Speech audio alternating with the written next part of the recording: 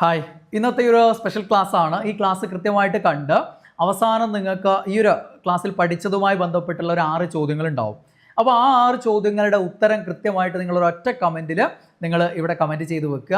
അതിൽ നിന്ന് ഒരാൾ തിരഞ്ഞെടുത്ത് നമുക്ക് അടുത്ത് തുടങ്ങാൻ പോകുന്ന LGS അല്ലെങ്കിൽ LDC അല്ലെങ്കിൽ LPUPയുടെ ഗോൾഡ് ബാച്ചിൽ നിങ്ങൾക്ക് സൗജന്യമായിട്ട് ജോയിൻ ചെയ്യാൻ പറ്റും. നിങ്ങൾ വേറെ ഒന്നും ചെയ്യേണ്ട, അതില്ല ഇവിടെ അത് ചെയ്യുക. അതോടൊപ്പം തന്നെ എൻട്രിയുടെയും അതേപോലെ തന്നെ റാങ്ക് മേക്കർ PSC ടിപ്സ് എന്നുള്ള എൻ്റെ ടെലഗ്രാം ചാനലിൽ ജോയിൻ ചെയ്യുക. അവിടെയും ഒരു നിബന്ധന പറയാം, അതുകൂടെ ചെയ്താൽ മാത്രം മതി. നിങ്ങൾ സിമ്പിളായിട്ടുള്ള കാര്യമാണ്, നിങ്ങൾ പഠിക്കുക, കൃത്യമായിട്ട് ഈ ക്ലാസ്സിലുള്ള കാര്യങ്ങൾ കണ്ട് പഠിച്ചതിന് ശേഷം കമൻറ്റ് ചെയ്യുക. ഓക്കെ, അപ്പോൾ നമുക്ക് ഇവിടെ പ്രീവിയസ് വന്നൊരു ചോദ്യമാണ്. ആ ചോദ്യമായിട്ട് ബന്ധപ്പെട്ടുള്ള മറ്റ് വളരെ പ്രധാനപ്പെട്ട കുറേ കാര്യങ്ങൾ നിങ്ങളിവിടെ പഠിക്കും. ഇവിടെ നിന്നുള്ള പല ചോദ്യങ്ങളും നിങ്ങളുടെ പരീക്ഷയിലുണ്ടാവും. അതൊക്കെ കൃത്യമായിട്ട് പഠിച്ചിട്ട് അവസാനം ആ ഒരു ചോദ്യത്തിലേക്ക് കടന്നാൽ മതി. ഓക്കെ, അപ്പോൾ ചോദ്യം ഇതാണ്: താഴെ പറയുന്നവയിൽ കേവല പൂജ്യത്തിന് ആബ്സല്യൂട്ട് സീറോ അഥവാ കേവല പൂജ്യത്തിന് തുല്യമായത് അല്ലാത്തത് ഏത് എന്നുള്ളൊരു പ്രീവിയസ് ക്വസ്റ്റ്യൻ ആണ്. അപ്പോൾ അതിൻ്റെ റിലേറ്റഡ് ഫാക്ട്സും കാര്യങ്ങളൊക്കെ കഴിഞ്ഞിട്ടാണ് നമ്മൾ ആ ചോദ്യത്തിലേക്ക് കടക്കുക. അപ്പോൾ ഇഷ്ടംപോലെ കാര്യങ്ങൾ അതിനിടയിൽ പഠിക്കാനുണ്ട്. ഓക്കെ, അപ്പോൾ കേവല പൂജ്യത്തിന് തുല്യമായത് അല്ലാത്തത്, തുല്യമല്ലാത്തതാണ് ചോദിച്ചിരിക്കുന്നത്. അതായത് കേവല പൂജ്യം അഥവാ ആബ്സല്യൂട്ട് സീറോ എന്ന് പറയുന്നത് തന്മാത്രകളുടെ ഗതികോർജം പൂർണ്ണമായിട്ടും ഇല്ലാതാവുന്ന, പൂർണ്ണമായി നിലയ്ക്കുന്ന താപനിലയാണ്. അതായത് തിയററ്റിക്കലി -273.15 ഡിഗ്രി സെൽഷ്യസ് ഇതാണ് ആബ്സല്യൂട്ട് സീറോ അഥവാ കേവല പൂജ്യം എന്ന് പറയുന്നത്. ഇതിനെ എത്രയായിട്ടാണ് നമ്മൾ പറയുക? കെൽവിൻ സ്കെയിലിൽ 0 കെൽവിൻ ആണ്. എത്രയാണ്? 0 കെൽവിൻ. 0 കെൽവിൻ ആണ്. ഓക്കെ, അപ്പോൾ ഇവിടെ 0 കെൽവിൻ കൊടുത്തിട്ടുണ്ട് അല്ലേ? അപ്പോൾ അതെന്താണ്? തുല്യമായതാണ്. ദെൻ -273.15 ഡിഗ്രി സെൽഷ്യസ് കൊടുത്തിട്ടുണ്ട്, അതും ശരിയാണ്. ദെൻ ഡിഗ്രി ഫാരൻ ഹീറ്റിലാണെങ്കിൽ അത് -459.67 ഡിഗ്രി സെൽഷ്യസ് ആണ്, ഡിഗ്രി ഫാരൻ ഹീറ്റ് ആണ്. ഓക്കെ, അപ്പോൾ ഇതൊക്കെ ശരിയാണ്. ഏതാണ് തെറ്റായത്? 0 ഡിഗ്രി സെൽഷ്യസ് ആണ്. അപ്പോൾ ഡിഗ്രി സെൽഷ്യസ് രണ്ടെണ്ണം കാണുമ്പോൾ തന്നെ നമുക്കറിയാം അതിലൊന്ന് തെറ്റായിരിക്കും എന്നുള്ളത് അല്ലേ? അപ്പോൾ -273.15 ഡിഗ്രി സെൽഷ്യസ് ആണ്. അത് നമ്മൾ റൗണ്ട് ചെയ്തിട്ട് എത്രയായിട്ട് പറയാറുണ്ട്? -273 ഡിഗ്രി സെൽഷ്യസ് എന്ന് പറയാറുണ്ട് അല്ലേ? അപ്പോൾ ഇതാണ് ആബ്സല്യൂട്ട് സീറോ അഥവാ കേവല പൂജ്യം എന്ന് പറയുന്നത്. അച്ചീവ് ചെയ്യാൻ പറ്റുന്ന ഏറ്റവും താഴ്ന്ന താപനിലയാണ് -273.15 എന്ന് പറയുന്നത്. ഓക്കെ, ബൂമറാങ് നെബുല ഏകദേശം അതിനോടടുത്ത്, അവിടെ പോലും ഇത് എന്താണ് സൈദ്ധാന്തികപരമായിട്ട് പറയാൻ നല്ലത് അച്ചീവ് ചെയ്യുന്ന പ്രകൃതിയിൽ ഒരു സ്ഥലങ്ങളും ഇല്ല. ഏകദേശം ഇതിനടുത്ത -272 അല്ലേ, ആ ഒരു റേഞ്ചിലേക്ക് എത്തിയിട്ടുള്ളതാണ് എന്തെന്ന് പറയുന്നത് ബൂമറാങ് നെബുല എന്ന് പറയുന്നത്. വളരെ അപൂർവമായിട്ട് മാത്രം പരീക്ഷയിൽ വന്നിട്ടുള്ള ഒരു ചോദ്യമാണത്. ഓക്കെ, യെസ്, നമുക്ക് ഇതുമായിട്ട് ബന്ധപ്പെട്ട മറ്റു കാര്യങ്ങളിലേക്ക് പോവാം. അപ്പം താപം, താപനില എന്താ വ്യത്യാസം അറിയാലോ? താപം എന്ന് പറയുമ്പോൾ ഒരു വസ്തുവിൻ്റെ താപം എന്ന് പറയുമ്പോൾ ആ വസ്തുവിൽ കുറേ തന്മാത്രകൾ അടങ്ങിയിട്ടുണ്ടാവും. ഇവിടെ ഞാനിത് 5 തന്മാത്രകൾ കൊടുത്തിട്ടുണ്ട്. ഈ പദാർത്ഥത്തിൻ്റെ താപം എന്ന് പറഞ്ഞു കഴിഞ്ഞാൽ ഈ പദാർത്ഥത്തിലെ തന്മാത്രകളെല്ലാം അങ്ങോട്ടും ഇങ്ങോട്ടും ഇങ്ങനെ ചലിച്ചുകൊണ്ടിരിക്കുകയാണ്. ചലിക്കുന്നു, കൂട്ടിയിടിക്കുന്നു. ഇങ്ങനെ തന്മാത്രകൾക്ക് ചലനം കൊണ്ട് എന്ത് ലഭ്യമാകുന്നുണ്ട്? ഗതികോർജം ലഭ്യമാകുന്നുണ്ട് അല്ലെ? എല്ലാ തന്മാത്രകൾക്കും ഇവിടെ എന്തുണ്ടാവും? ഗതികോർജം ഉണ്ടാവും. ഇതിലുള്ള എല്ലാ തന്മാത്രകളുടെയും കൂടെ ആകെ ഗതികോർജത്തെയാണ് നമ്മൾ എന്ത് പറയുക? താപം എന്ന് പറയാം. അതായത് തന്മാത്രകളുടെ ആകെ ഗതികോർജത്തിന്റെ അളവിനെ എന്ത് വിളിക്കും? താപം. ഇതിൽ ഓരോന്നിൻ്റെയും ഗതികോർജം വ്യത്യാസപ്പെട്ടിരിക്കും അല്ലേ? ചിലപ്പം ഇതിൻ്റെത് അല്ലേ നമുക്കൊരു ജൂളായിട്ട് കാണാം, ഇത് 2 ജൂള്, ഇത് 3 ജൂള്, ഇത് 4 ജൂള്, ഇത് 5 ജൂള്. അപ്പോൾ അങ്ങനെ കാണാം, നമുക്ക് വെറുതെ പറഞ്ഞതേ ഉള്ളൂ. അങ്ങനെ ആവുമ്പോൾ ഈ ഒരു പദാർത്ഥത്തിൻ്റെ ആകെ താപം എന്ന് പറയുന്നത് ഇതിൻ്റെ എല്ലാം കൂടെയുള്ള മൊത്തം ഗതികോർജമാണ്. അപ്പോൾ എല്ലാത്തിൻ്റെ കൂട്ടപ്പോൾ 1 + 2 + 3 + 4 + 5 എന്ന് പറയുമ്പോൾ എത്ര കിട്ടും? 1 + 2 3, 3 3 6, 4 10, 15 കിട്ടും അല്ലേ? അപ്പോൾ 15 ജൂൾ. ഇതാണ് ഇവിടെ ആകെ താപം എന്ന് പറയുന്നത്. എന്നാൽ ഇതിൻ്റെ താപനില എന്ന് പറയുന്നത് ഇതിലെ ഓരോ തന്മാത്രകളുടെയും ഗതികോർജം വ്യത്യാസമാണല്ലോ. അപ്പോൾ അവയുടെ ശരാശരി ഗതികോർജം എടുക്കുന്നതിനെയാണ് നമ്മൾ എന്ത് പറയുക? താപനില എന്ന് പറയുന്നത്. ശരാശരി എടുക്കുക എന്ന് പറഞ്ഞാൽ എന്താണ്? എല്ലാത്തിൻ്റെയും കൂടെ കൂട്ടിയിട്ട് എത്ര എണ്ണമുണ്ടോ അത്ര കൊണ്ട് ഹരിക്കണ്ടേ? ഞാൻ കാര്യം മനസ്സിലാകാൻ വേണ്ടിയിട്ട് 5 തന്മാത്ര എന്ന് കൊടുത്തതാണ്, അതുപോലെ ആയിരിക്കില്ലല്ലോ. അപ്പോൾ എല്ലാം കൂടെ കൂട്ടിയിട്ട് 5 കൊണ്ട് ഹരിക്കണം, ആ കിട്ടുന്നതാണ്.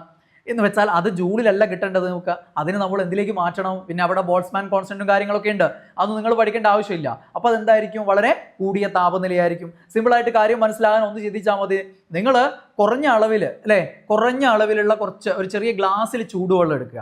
വലിയൊരു പാത്രത്തിൽ അല്ലേ എന്താണ് കുറച്ച് ചൂട് കുറഞ്ഞ വെള്ളം എടുക്കുക. അപ്പം നിങ്ങൾക്ക് തൊട്ട് നോക്കുമ്പോൾ ഭയങ്കരമായിട്ട് പൊള്ളുന്നത് ഏതായിരിക്കും? ചെറിയ ഗ്ലാസ്സിലുള്ള നല്ല ചൂടുവെള്ളത്തിൽ തൊടുമ്പോൾ നന്നായിട്ട് പൊള്ളും. പക്ഷേ ഈ പറഞ്ഞ പാത്രത്തിൽ, വലിയൊരു പാത്രത്തിൽ എടുത്തു വെച്ചിട്ടുള്ള കുറേ അധികം വെള്ളമുണ്ട്, മറ്റേതിനേക്കാൾ എത്രയും അളവിലുണ്ട്, കൂടുതലുണ്ടല്ലോ. അപ്പോൾ അത്രയും വെള്ളത്തിൽ തൊടുമ്പോൾ നിങ്ങൾക്ക് പൊള്ളുന്നില്ല. പക്ഷെ കൂടുതൽ താപം ഉള്ളത് എവിടെയായിരിക്കും? ഈ വലിയ പാത്രത്തിലായിരിക്കും. കാരണം അവിടെ അളവ് കൂടുതലുണ്ട്. എല്ലാത്തിൻ്റെയും കൂടെ ഗതികോർജ്ജം പരിഗണിക്കുമ്പോൾ അവിടെ താപം കൂടുതലായിരിക്കും. അപ്പോൾ അതാണ് ആ ഒരു വ്യത്യാസം മനസ്സിലാക്കാനുള്ളത്, താപവും താപനിലയും. താപത്തിന്റെ അടിസ്ഥാന യൂണിറ്റ് എന്താണ്? ജൂളാണ്. എന്താണ്? ജൂളാണ്. താപനിലയുടെ അടിസ്ഥാന യൂണിറ്റ് എന്താണ്? കെൽവിനാണ്. താപനില കെൽവിനാണ്. ഊർജം, താപം, പ്രവൃത്തി എന്നിവയുടെ അടിസ്ഥാന യൂണിറ്റ് ആണ് എന്ത്? ജൂൾ എന്ന് പറയുന്നത്. ഊർജത്തിന്റെയും താപത്തിന്റെയും പ്രവൃത്തിയുടെയും അടിസ്ഥാന യൂണിറ്റ് ആണ് ജൂൾ. നമ്മൾ മുമ്പ് ഒരു മന്ത്രം ചൊല്ലിയൊക്കെ ഓർമ്മയുണ്ടോ നിങ്ങൾക്ക്? ഓം പ്രതിരോധായ, അല്ലെ? ഊദാപ്ര ജൂൾ എർഗായ നമഃ. ഓം പ്രതിരോധായ. ഓം യൂണിറ്റ് എന്താണ്? പ്രതിരോധം. ഓം പ്രതിരോധായ. ഊദാപ്ര ജൂൾ എർഗായ നമഃ. ഊദാപ്ര ജൂൾ എർഗായ നമഃ. ഊർജം, താപം, പ്രവൃത്തി. ഊതാപ്ര, ഊർജം, താപം, പ്രവൃത്തി. ഊതാപ്ര ജൂൾ, ഊർജം, താപം, പ്രവൃത്തി എന്നിവയുടെ അടിസ്ഥാന യൂണിറ്റ് ജൂൾ. ജൂൾ എർഗായ നമഃ ഇവയുടെ CGS യൂണിറ്റ് ആണ്. ഊർജം, താപം, പ്രവൃത്തി എന്നിവയുടെ CGS യൂണിറ്റ് ആണ് എന്ത്? എർഗ് എന്ന് പറയുന്നത്. എന്താണ്? എർഗ്. ഊർജം, താപം എന്നിവയുടെ പ്രവൃത്തി എന്നിവയുടെ CGS യൂണിറ്റ് ഏതാണ്? എർഗ് ആണ്. അപ്പോൾ അതൊക്കെ നമ്മൾ വിശദമായിട്ട് പഠിക്കും. അപ്പം താപനില വ്യത്യാസം മനസ്സിലായല്ലോ. താപത്തിന്റെ അടിസ്ഥാന യൂണിറ്റ് ജൂൾ ആണ്. ഓക്കെ. ദെൻ താപനിലയുടെ അടിസ്ഥാന യൂണിറ്റ് കെൽവിൻ ആണ്. ഇതിനൊക്കെ കൂടുതൽ യൂണിറ്റുകളുണ്ട്. താപനിലയുടെ മറ്റു പ്രധാന യൂണിറ്റുകളാണ് കെൽവിൻ കൂടാതെ ഡിഗ്രി സെൽഷ്യസ്. ഡിഗ്രി സെൽഷ്യസ്, അല്ലെ? പഴയ സെന്റിഗ്രേഡ് സ്കെയിൽ എന്നൊക്കെ പറയും നമ്മൾ. സെൽഷ്യസ് സ്കെയിൽ അല്ലെങ്കിൽ സെന്റിഗ്രേഡ് സ്കെയിൽ എന്ന് പറയുന്നത് എന്താണ്? സെയിം ആണ്. അപ്പം ഡിഗ്രി സെൽഷ്യസ് ഉണ്ട്, ഡിഗ്രി ഫാരൻഹീറ്റ് ഉണ്ട്. എന്താണ്? Degree Fahrenheit. ഇത് മൂന്നുമാണ് പ്രധാനപ്പെട്ടത്.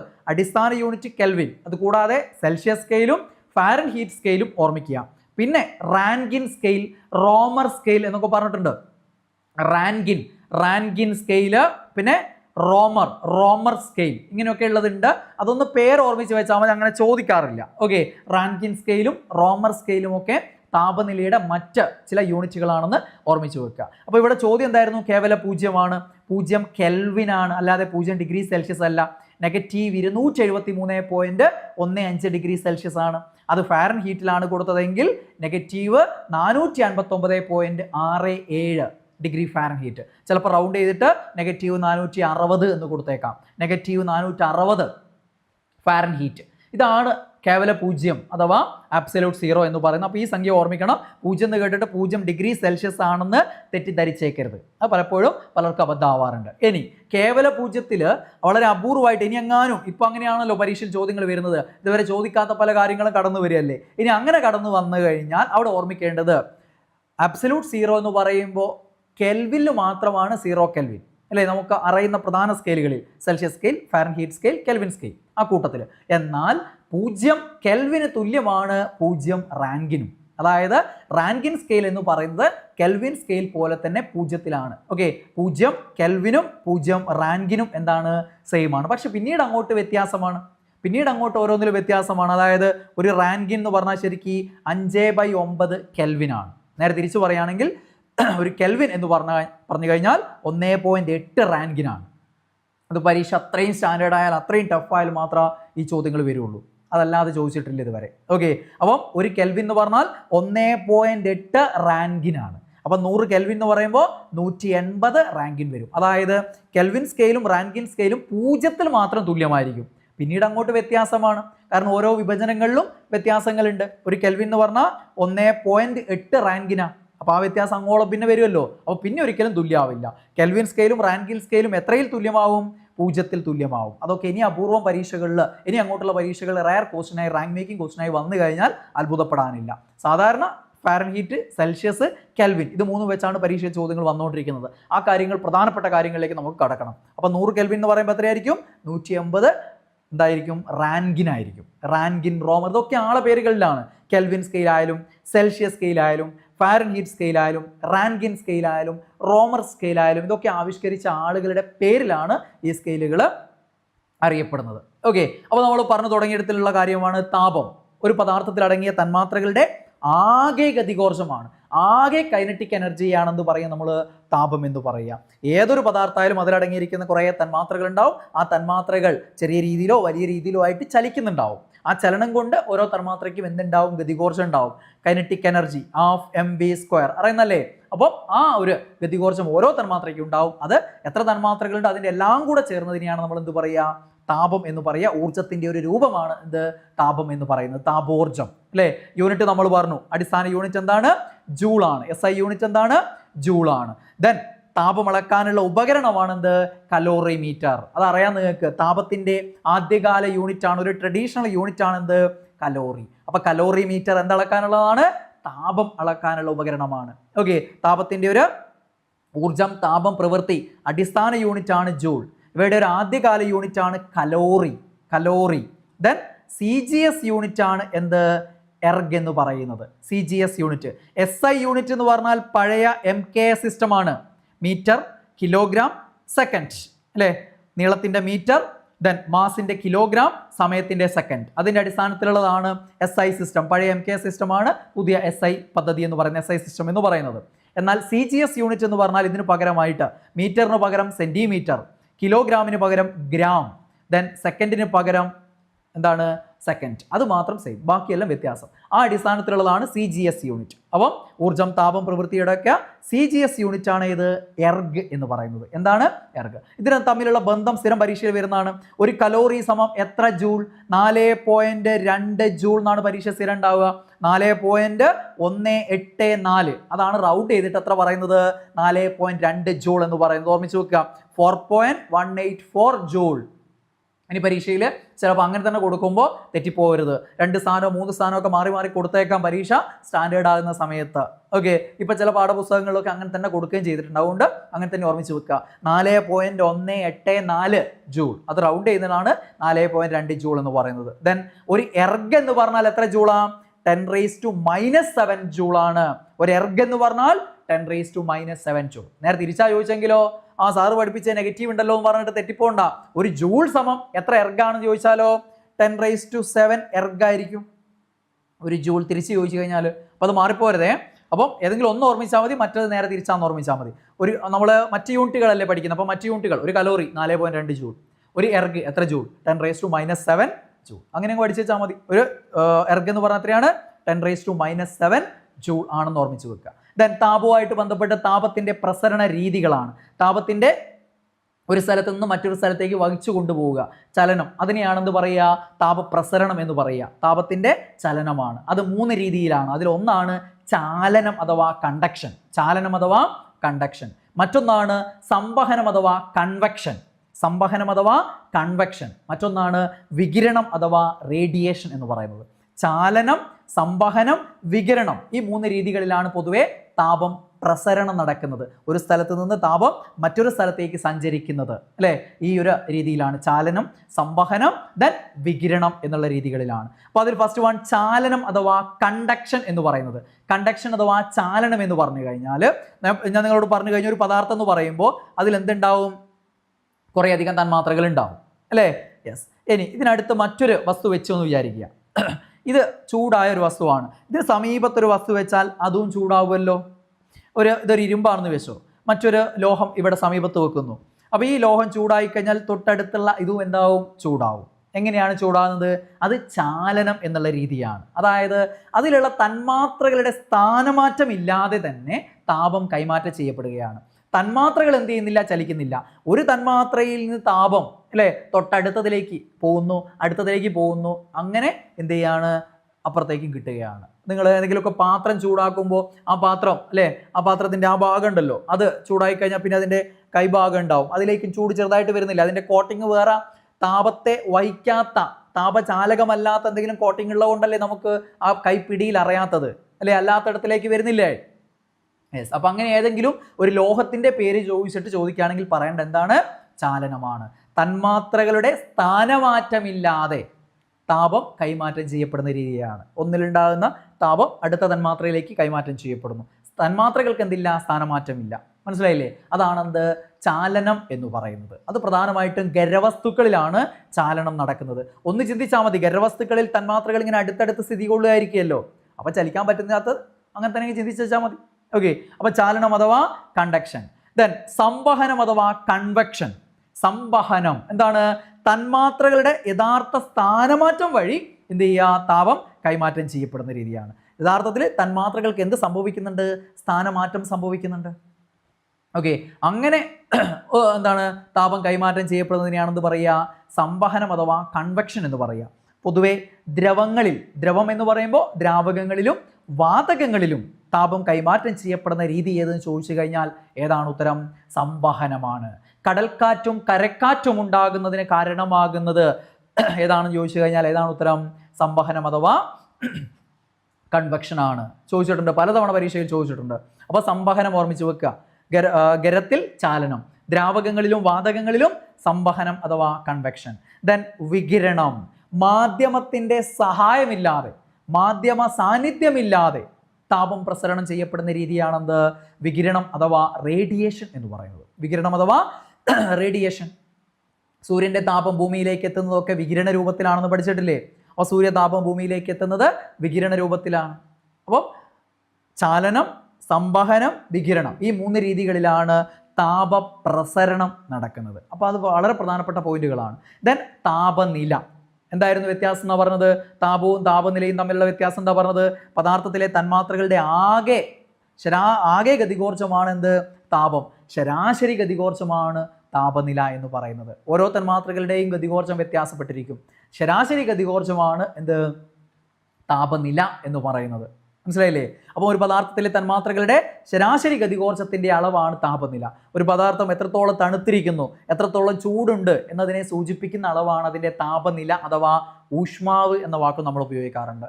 താപനില അഥവാ ഊഷ്മാവ്, ടെമ്പറേച്ചർ എന്ന് പറയും ഇംഗ്ലീഷിൽ, അല്ലേ? അടിസ്ഥാന യൂണിറ്റ് എന്താണ്? കെൽവിനാണ്. നമ്മൾ ഏറ്റവും കൂടുതൽ കേട്ടിട്ടുണ്ടാവുക സെൽഷ്യസ് എന്നാണ്. എന്നാൽ താപനിലയുടെ അടിസ്ഥാന യൂണിറ്റ് ഏതാണ്? കെൽവിൻ. താപനിലയുടെ അടിസ്ഥാന യൂണിറ്റ് കെൽവിൻ. മറ്റു പ്രധാന യൂണിറ്റുകളാണ് സെൽഷ്യസ് സ്കെയിൽ, സെൽഷ്യസ്, ഫാരൻഹീറ്റ്, പിന്നെ നമ്മൾ പഠിച്ചു റാൻകിൻ, റോമർ. ഇതൊക്കെ താപനിലയുടെ മറ്റ് ചില യൂണിറ്റുകളിൽ വരുന്നതാണ്. താപനില അളക്കാനുള്ള ഉപകരണമാണ് തെർമോമീറ്റർ. തെർമോമീറ്റർ, പലതരം തെർമോമീറ്ററുകളില്ലേ? ഇന്ന് നമുക്ക് എന്താണ്, പനി പിടിച്ചു നിങ്ങൾ ഒരു ഹോസ്പിറ്റലിൽ പോയി കഴിഞ്ഞാൽ അവിടെ കക്ഷത്തിൽ വെക്കുന്ന, അല്ലേ, രീതിയിലുള്ള തെർമോമീറ്ററുകൾ കാണാം. നിങ്ങൾക്ക് ഡിജിറ്റൽ തെർമോമീറ്ററുകൾ കാണാം. അതേപോലെ ഇപ്പോൾ കോവിഡിൻ്റെ സമയത്തൊക്കെ നിങ്ങൾ കണ്ടിട്ടില്ലേ ഇൻഫ്രാറെഡ് തെർമോമീറ്റർ, നമ്മൾ തൊടാതെ തന്നെ പനി അളക്കാൻ പറ്റുന്ന ഇൻഫ്രാറെഡ് തെർമോമീറ്ററുകളുണ്ട്, അതിലേക്ക് എത്തിയിട്ടുണ്ട്, അല്ലേ? അപ്പോൾ അത്തരം തെർമോമീറ്ററുകൾ, പലതരത്തിലുള്ള തെർമോമീറ്ററുകൾ നമുക്കുണ്ട്. പൊതുവെ സാധാരണ തെർമോമീറ്ററുകളിൽ ഉപയോഗിക്കുന്ന ദ്രാവകങ്ങൾ, അതായത് തെർമോമീറ്ററിൽ അളവ് മനസ്സിലാക്കാൻ വേണ്ടിയിട്ട് അതിൽ എന്തുണ്ടാവും? ദ്രാവകം ഉണ്ടാവും പൊതുവെ. അതാണെന്ത്? മെർക്കുറി അല്ലെങ്കിൽ ആൽക്കഹോൾ. പൊതുവെ ഉപയോഗിക്കുന്ന ഏതാണ്? മെർക്കുറിയാണ്. കൂടുതൽ തെർമോമീറ്ററുകളിൽ പൊതുവെ ഉപയോഗിക്കുന്ന ഏതാണെന്ന് ചോദിച്ചു കഴിഞ്ഞാൽ മെർക്കുറിക് തെർമോമീറ്ററുകളാണ്. ഓക്കെ, മറ്റൊന്ന് ഏതാണ്? ആൽക്കഹോൾ തെർമോമീറ്ററുകളാണ്, ദ്രാവകങ്ങൾ എന്ന് പറയുന്നത്.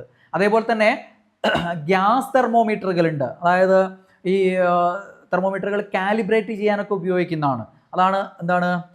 ഗ്യാസ് തെർമോമീറ്ററുകൾ. അത്തരം തെർമോമീറ്ററുകളിൽ ഒന്നുകിൽ ഹീലിയം, അല്ലെങ്കിൽ ഹൈഡ്രജൻ, അല്ലെങ്കിൽ നൈട്രജൻ ഒക്കെയാണ് ഉപയോഗിക്കുന്നത്.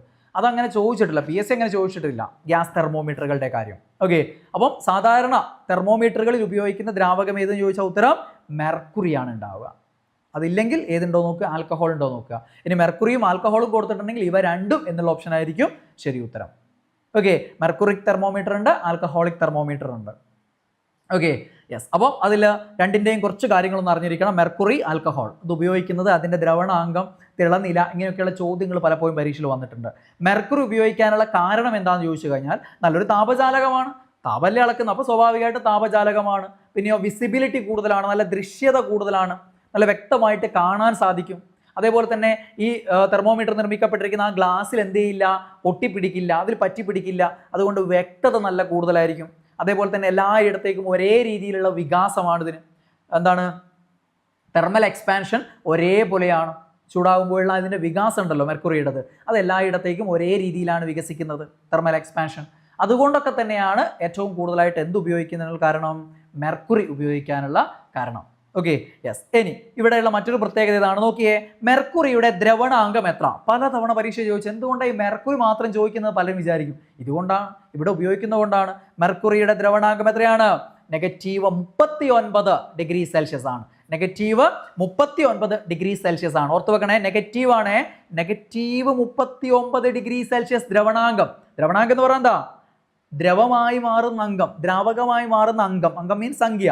അപ്പം ഒരു ഖരം ദ്രാവകമായി മാറുന്ന ആ ഒരു താപനിലയാണ്. അപ്പം മെർക്കുറി എന്ന് പറയുമ്പോൾ പൊതുവെ നിങ്ങൾക്കറിയാം സാധാരണ ഊഷ്മാവിൽ ദ്രാവക, കാരണം -39 തന്നെ ദ്രാവകമാകുമല്ലോ, അത്രയും താഴ്ന്ന താപനിലയിൽ തന്നെ ദ്രാവകമാവും. ഖരാവസ്ഥയിൽ നിന്ന് -39 തന്നെ അത് ദ്രാവകമായിട്ട് മാറും. അതാണ് അതിൻ്റെ ദ്രവണാങ്കം എന്ന് പറയുന്നത്. Okay, -39 degree Celsius. ദെൻ ഇതിൻ്റെ തിളനില, അതായത് തിളനില എന്ന് പറയുന്നത് ബോയിലിംഗ് പോയിന്റ്, ആ ദ്രാവകം തിളച്ച് വാതകമായി മാറുന്ന താപനില, അത് എത്രയാണ്? 357. അപ്പോൾ ഇതിനിടയിൽ നല്ലൊരു റേഞ്ച് കിടക്കുന്നുണ്ട്. -39 357, ഇത് പോസിറ്റീവാ. ഇത് ഓർമ്മിച്ച് വെക്കണേ രണ്ടും. ദ്രവണാങ്കം മെർക്കുറി -39, തിളനില ഓർമ്മിക്കാൻ ഒരു എളുപ്പമുണ്ട്, 357 ഒറ്റ സംഖ്യകൾ, 357 357 ഡിഗ്രി സെൽഷ്യസ്. അങ്ങനെ ഓർമ്മിച്ചാൽ കുറച്ചുകൂടി എളുപ്പത്തിൽ കിട്ടും, 357 ഡിഗ്രി സെൽഷ്യസ്. അപ്പോൾ ഇതിനിടയിൽ വലിയൊരു റേഞ്ച് ഉള്ളത് കൊണ്ട് തന്നെയാണ് പൊതുവെ ഉപയോഗിക്കുന്നത്? മെർക്കുറി ഉപയോഗിക്കുന്നത്. ദെൻ ഇവിടെ ആൽക്കഹോളിനെ കുറിച്ചും അറിഞ്ഞിരിക്കുക. ആൽക്കഹോളും പൊതുവെ ഉപയോഗിക്കാറുണ്ട്. ആൽക്കഹോളിൻ്റെ ദ്രവണാങ്കം എന്ന് പറയുന്നത് -114 ഡിഗ്രി സെൽഷ്യസ് ആണ്. റൗണ്ട് ചെയ്തിട്ട് ഓർമ്മിച്ചാൽ -114.1 എന്നൊന്നും വേണ്ട, -114 ഡിഗ്രി സെൽഷ്യസ് ദ്രവണാങ്കം ആൽക്കഹോൾ. ആൽക്കഹോൾ എന്ന് പറയുമ്പോൾ എത്തനോൾ ആണ്. ഈഥൈൽ ആൽക്കഹോൾ അഥവാ എഥനോൾ, നമ്മൾ കുടിക്കാൻ ഉപയോഗിക്കുന്ന ആൽക്കഹോൾ ഉണ്ടല്ലോ, നമ്മളല്ല നിങ്ങൾ, ഞാനത് കുടിക്കില്ല. ഓക്കെ, -114 ഡിഗ്രി സെൽഷ്യസ് ആണ് എഥനോൾ അഥവാ ഈഥൈൽ ആൽക്കഹോൾ. എത്രയാണ്? -114 ഡിഗ്രി സെൽഷ്യസ്. അതിൻ്റെ തിളനില, തിളച്ച് വാതകം ഗ്യാസായി മാറുന്നത് എത്രയിലാ? 78 ഡിഗ്രി സെൽഷ്യസിലാണ്. എത്രയാണ്? 78. അപ്പോൾ ഇത് രണ്ടും റൗണ്ട് ചെയ്തിട്ട് ഈ സംഖ്യ ഓർമ്മിച്ചാൽ മതി. ദ്രവണാങ്കം 114, -114, തിളനില 78. ഇതാണ് ആൽക്കഹോളിൻ്റെ, എത്തനോളിൻ്റെ ദ്രവണാങ്കവും തിളനിലയും. ഇത് രണ്ടിൻ്റെയും, മെർക്കുറിയുടെയും ആൽക്കഹോളിൻ്റെ എന്നല്ലെങ്കിൽ എത്തനോളിൻ്റെ എന്നുള്ള രീതി ചോദിക്കാനുള്ള കാരണം ഇതാണ്. ഇത് ഇവിടെ ഉപയോഗിക്കുന്നതുകൊണ്ടാണ് പല പരീക്ഷകളിലും ഇവയുടെ ദ്രവണാങ്കവും തിളനിലയും പല ചോദ്യപേപ്പറുകളിലും വന്നിട്ടുള്ളത്. ഓക്കെ, ആ പോയിന്റ് ഓർമ്മിച്ച് വെക്കുക. ഇനി നമ്മൾ കൂടുതലും എന്താണ് ഉപയോഗിക്കുക എന്ന് പറഞ്ഞു? മെർക്കുറിക് തെർമോമീറ്റർ ആണെന്ന് പറഞ്ഞു. എന്നാൽ അതിശൈത്യ പ്രദേശങ്ങളിൽ കൂടുതലായിട്ടും ഉപയോഗിക്കുന്നത് ഏതാണ്? ആൽക്കഹോളിക് തെർമോമീറ്റർ ആണ്. ആൽക്കഹോളാണ് അതിൽ ഉപയോഗിക്കുന്ന ദ്രാവകം എന്ന് പറയുന്നത്. അത് ഓർത്ത് വെക്കട്ടോ. അതിശൈത്യ പ്രദേശങ്ങളിൽ എന്താണ് ഉപയോഗിക്കുന്നത്? ആൽക്കഹോളാണ്. മെർക്കുറിയേക്കാൾ വികാസശേഷി കൂടുതലാണ്. മെർക്കുറിയേക്കാളും വികാസശേഷി എന്താണ്? കൂടുതലാണ് ആൽക്കഹോളിന്. അതിശൈത്യ പ്രദേശങ്ങളിലെ താപനില അളക്കാൻ ഏറ്റവും അനുയോജ്യമായത് ഏതാണ്? ആൽക്കഹോൾ ആണ്. കാരണം എന്താ? -114, മറ്റേത് -39 വരെയല്ലേ ഉള്ളൂ. Okay, yes. അപ്പോൾ ആ ഒരു കാര്യം ഓർമ്മിച്ചു വെക്കുക, ആൽക്കഹോൾ. അപ്പോൾ മെർക്കുറിയും ആൽക്കഹോളും അത് പ്രത്യേകം ഓർമ്മിക്കുക. ഇനി പലതരം തെർമോമീറ്ററിൽ ഉപയോഗിക്കുന്ന സ്കെയിൽ ഏതാണെന്ന് ചോദിക്കാറുണ്ട്. നമുക്കറിയാം അടിസ്ഥാന താപനില, താപനിലയുടെ അടിസ്ഥാന യൂണിറ്റ് കെൽവിൻ, മറ്റൊന്ന് സെൽഷ്യസ്, മറ്റൊന്ന് ഡിഗ്രി ഫാരൻഹീറ്റ്. പക്ഷേ അടിസ്ഥാന യൂണിറ്റ് കെൽവിൻ ആണെങ്കിലും അത് ഉത്തരം വരുന്ന ഈ ചോദ്യങ്ങൾ പലപ്പോഴും നിങ്ങൾ കാണാറ് പോലും ഉണ്ടാവില്ല. ക്ലിനിക്കൽ തെർമോമീറ്ററിൽ ഏതാണ് ഉപയോഗിക്കുന്നത് ചോദിച്ചാൽ പൊതുവെ ഉത്തരം കൊടുക്കുക ഏതാണ്? ഫാരൻഹീറ്റ് ആണ്. ക്ലിനിക്കൽ തെർമോമീറ്ററിൽ ഉപയോഗിക്കുന്ന സ്കെയിൽ ഏതാണെന്ന് ചോദിച്ചു കഴിഞ്ഞാൽ സെൽഷ്യസും ഫാരൻഹീറ്റും കെൽവിനും ഒക്കെ ഉണ്ടെങ്കിൽ നിങ്ങൾ ഉത്തരം ഫാരൻഹീറ്റ് എഴുതുക. ഇനി ഫാരൻഹീറ്റും സെൽഷ്യസും കൊടുത്തിട്ടുണ്ടെങ്കിൽ ബാക്കിയുള്ള ഓപ്ഷനുകളൊക്കെ എന്താണെന്നുള്ളത് നോക്കിയിട്ട് വേണം ഉത്തരം എഴുതാൻ. കാരണം ഫാരൻഹീറ്റ് സ്കെയിലും സെൽഷ്യസ് സ്കെയിലും ഉപയോഗിക്കാറുണ്ട്. പ്രത്യേകിച്ചും ഇന്നത്തൊക്കെ മോഡേൺ തെർമോമീറ്ററുകളിലൊക്കെയും രണ്ടും കിട്ടും. ഇപ്പം നമ്മൾ നേരത്തെ പറഞ്ഞ കക്ഷത്തിൽ വെക്കുന്ന ഡിജിറ്റൽ തെർമോമീറ്ററിലൊക്കെ ഒരൊറ്റ പ്രസ്സിൽ നിങ്ങൾക്ക് എന്ത് കിട്ടും? ഫാരൻഹീറ്റും കിട്ടും, സെൽഷ്യസും കിട്ടും. പക്ഷെ മെഡിക്കൽ ഫീൽഡിൽ പൊതുവെ താപനില അല്ലേ, ഫീവറൊക്കെ പറയുക, പനി പറയുക നമ്മൾ എന്തിലാണ്? 100 ഡിഗ്രി പനി എന്നൊക്കെയല്ലേ പറയുക. യെസ്, അതായത് നമ്മുടെ ശരീര താപനില എത്രയാണ്? 98.6 ഡിഗ്രി ഫാരൻഹീറ്റ് ആണ്. അത് മുകളിലേക്ക് കൂടുക, അതാണ് എന്ത്? പനി എന്ന് പറയുന്നത്. 37 ഡിഗ്രി സെൽഷ്യസ് ആണ്, അതാണ് 98.6. 37 എന്ന് പറയുന്നതാണ് ശരിക്കും ഇന്ന് കണക്കുകൾ പ്രകാരം 36.6 to 36.9 ഈ ഒരു റേഞ്ചാണ് ഹ്യൂമൻ ബോഡി ടെമ്പറേച്ചറായിട്ട് പൊതുവെ മെഡിക്കൽ ഫീൽഡിൽ കണക്കാക്കുന്നത്. 36.9 വരെയാണ് മാക്സിമം. 36.9 ആകുമ്പോൾ ഇത് 98.4 ആയിരിക്കും വരിക. അതുകൊണ്ടാണ് ചില പരീക്ഷകൾ അങ്ങനെ കാണുന്നത്. രണ്ടും കൊടുക്കൂല, ഏതാണോ ഉള്ളത് അതിനനുസരിച്ച് ചെയ്യുക. ഇത് 36.9 എന്നുള്ള റൗണ്ട് ചെയ്തിട്ടാണ് നമ്മൾ എത്ര പറയുന്നത്? 37 എന്നങ്ങ് പറയുന്നത്. ആ 37 തുല്യമായിട്ടുള്ള ഫാരൻഹീറ്റ് ആണ് 98.6 ഡിഗ്രി ഫാരൻഹീറ്റ് എന്ന് പറയുന്നത്. അപ്പോൾ ഒരു നേരിയ പനിയാണെങ്കിൽ തന്നെ അത് 100 മുകളിലേക്ക് കടക്കും. പറഞ്ഞില്ലേ, 98.6 99 100 ആവും. ചെറിയ പനിയാണെങ്കിൽ തന്നെ 100 ഡിഗ്രി. നമ്മൾ 100 ഡിഗ്രി പനിയാന്നൊക്കെ പറഞ്ഞാൽ ഭയങ്കര പനി പോലെയൊക്കെയാണ്. അത് മെഡിക്കൽ ഫീൽഡിൽ എന്താണ്? ലോ ഫീവർ എന്നുള്ള കണക്കിലേക്കാണ് വരിക.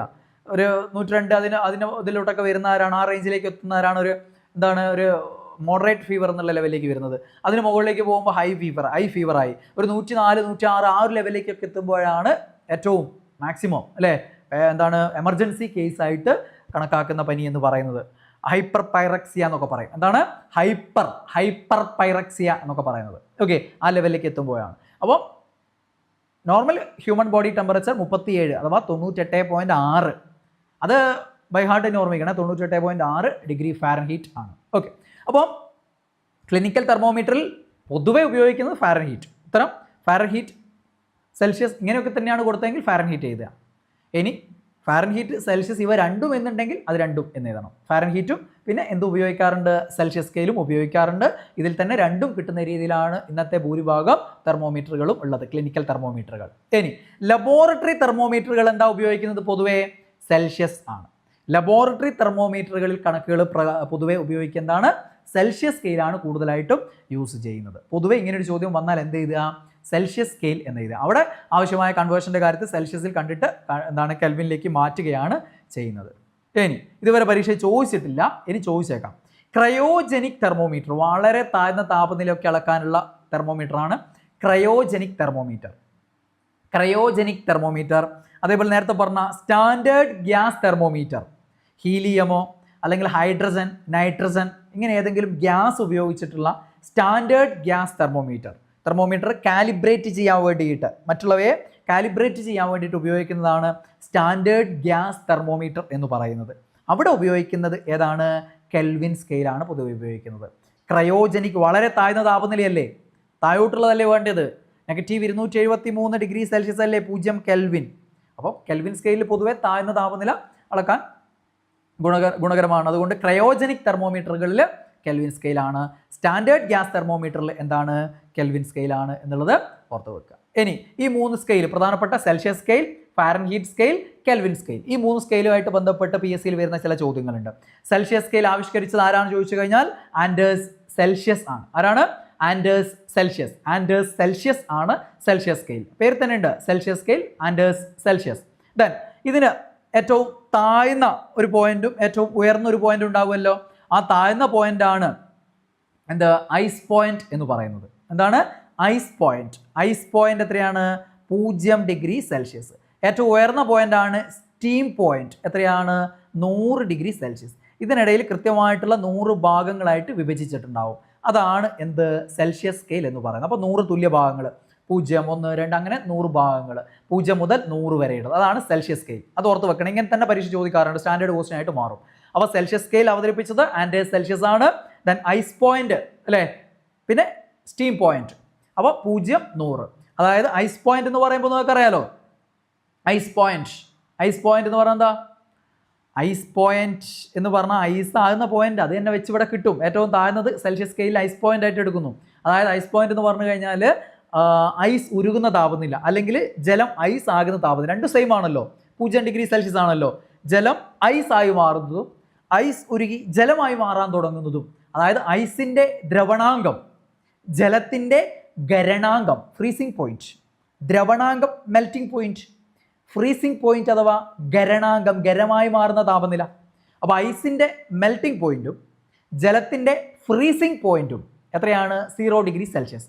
അതാണ് സെൽഷ്യസ് സ്കെയിലിൽ ഏറ്റവും താഴ്ന്ന താപനിലയായിട്ട് എടുക്കുന്നത്, ice point 0 degree Celsius. Then ഉയർന്ന താപനിലയെ സ്റ്റീം പോയിന്റ്, ഏറ്റവും താഴ്ന്ന തണുത്തത് 0, ഏറ്റവും ഉയർന്നത് സ്റ്റീം നീരാവി എന്നുള്ള അർത്ഥത്തിൽ. ഐസ് പോയിന്റ് ഏറ്റവും താഴ്ന്നത് അതിലുള്ള, ഏറ്റവും ഉയർന്നത് സ്റ്റീം പോയിന്റ് എത്രയാണ്, 100 ഡിഗ്രി സെൽഷ്യസ് എന്ന് വെച്ച് കഴിഞ്ഞാൽ ജലം തിളയ്ക്കുന്ന താപനില, ജലം തിളച്ച് നീരാവിയായി മാറുന്ന, ജലം എന്ന ദ്രാവകം തിളച്ച് നീരാവി എന്ന വാതകമായി മാറുന്ന താപനില, അതാണ് ബോയിലിംഗ് പോയിന്റ് അഥവാ തിളനില എന്ന് പറയുന്നത്. ജലത്തിൻ്റെ തിളനിലയാണ് 100 ഡിഗ്രി സെൽഷ്യസ്. അപ്പോൾ ജലത്തിൻ്റെ തിളനിലയാണ് ഇതിലെ സ്റ്റീം പോയിന്റ് അഥവാ ഏറ്റവും ഉയർന്ന പോയിന്റ്. അപ്പോൾ ഏറ്റവും താഴ്ന്ന പോയിന്റായിട്ട് ഐസിൻ്റെ ദ്രവണാങ്കം അഥവാ 0 ഡിഗ്രി സെൽഷ്യസും, ഏറ്റവും ഉയർന്ന പോയിന്റായിട്ട് ജലത്തിൻ്റെ തിളനില അഥവാ ബോയിലിംഗ് പോയിന്റും 0 ഡിഗ്രി സെൽഷ്യസ് 100 ഡിഗ്രി സെൽഷ്യസ്, ഇതിനിടയിൽ 100 തുല്യ ഭാഗങ്ങൾ. ഇതാണ് സെൽഷ്യസ് സ്കെയിൽ. അത് അങ്ങനെ തന്നെ പഠിച്ചു വെക്കുക. ആ രീതിയിലാണ് ഇപ്പോൾ ചോദ്യങ്ങൾ വരുന്നത്. അപ്പോൾ അടുത്ത കാലത്ത് ഒരു പരീക്ഷ ചോദ്യങ്ങൾ നിങ്ങൾ കണ്ടിട്ടുണ്ടാവും.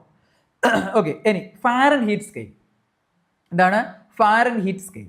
ഫാരൻഹീറ്റ് സ്കെയിൽ കണ്ടുപിടിച്ച ആരാ? ഗബ്രിയേൽ ഫാരൻഹീറ്റ് ആണ്. ഗബ്രിയേൽ ഫാരൻഹീറ്റ് ആണ് കണ്ടുപിടിച്ചത്. Gabriel Fahrenheit. ഇവിടെ ഐസ് പോയിന്റ് എത്രയാണ്? 32 ഡിഗ്രി ഫാരൻഹീറ്റ് ആണ് ഐസ് പോയിന്റ്. ഐസ് പോയിന്റ് എത്ര? 32 ഡിഗ്രി ഫാരൻഹീറ്റ്. അതായത് ഈ 0 ഡിഗ്രി സെൽഷ്യസിന് സമാനമാണ്, സെയിം ആണ്.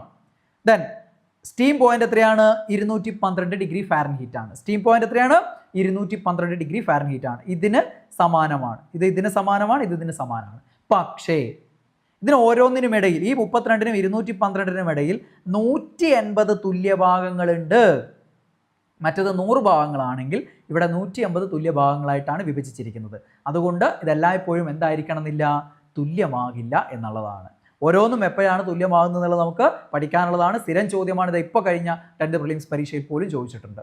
Okay, yes. അപ്പോൾ ഐസ് പോയിന്റ് 32 ഡിഗ്രി ഫാരൻഹീറ്റ്, അതായത് ഇതിന് തുല്യമായിട്ടുള്ള ഫാരൻഹീറ്റ് ആണ് 32 ഡിഗ്രി ഫാരൻഹീറ്റും. സ്റ്റീം പോയിന്റ് 212 ഡിഗ്രി ഫാരൻഹീറ്റുമാണ് ഫാരൻഹീറ്റ് സ്കെയിൽ. അപ്പോൾ അങ്ങനെയൊക്കെ ചോദിച്ചേക്കാം പരീക്ഷയിൽ. ഫാരൻഹീറ്റ് സ്കെയിലിലെ ഏറ്റവും താഴ്ന്ന പോയിന്റ് എത്ര? 32 ഡിഗ്രി ഫാരൻഹീറ്റ്. ഏറ്റവും ഉയർന്ന പോയിന്റ് എത്ര? 212 ഡിഗ്രി ഫാരൻഹീറ്റ്. അപ്പോൾ എങ്ങനെ ചോദിക്കാം? ഐസ് പോയിന്റും സ്റ്റീം പോയിന്റും എന്നുള്ള രീതിയിൽ ചോദിച്ചേക്കാം. ഓക്കെ, അതാണ് ഫാരൻഹീറ്റ് സ്കെയിൽ. ഇനിയാണ് എന്ത്? Kelvin scale. എന്താണ് കെൽവിൻ സ്കെയിൽ? കെൽവിൻ ആരാണ്? ലോർഡ് കെൽവിൻ ആണ്. അദ്ദേഹത്തിന്റെ യഥാർത്ഥ പേരാണ് വില്യം തോംസൺ. ലോർഡ് കെൽവിൻ എന്നറിയപ്പെടുന്ന വില്യം തോംസൺ ആണ് എന്ത്? കെൽവിൻ സ്കെയിൽ അവതരിപ്പിച്ചത്. Kelvin scale. Okay, kelvin scale എന്ന് പറയുമ്പോൾ അതിൻ്റെ ഐസ് പോയിന്റ് 273.15 കെൽവിൻ ആണ്. 273.15 കെൽവിൻ ആണ്. ദെൻ സ്റ്റീം പോയിന്റ് എന്ന് പറയുന്നത് 373.15 കെൽവിൻ ആണ്. എത്രയാണ്? 373.15. ഇവിടെ സെൽഷ്യസ് സ്കെയിൽ പോലെ 100 തുല്യ ഭാഗങ്ങളാണ്. 273.15 മുതൽ 373.15 കെൽവിൻ വരെ 100 തുല്യ ഭാഗങ്ങളായിട്ട് വിഭജിക്കപ്പെട്ടതാണ് കെൽവിൻ സ്കെയിൽ എന്ന് പറയുന്നത്. Kelvin scale.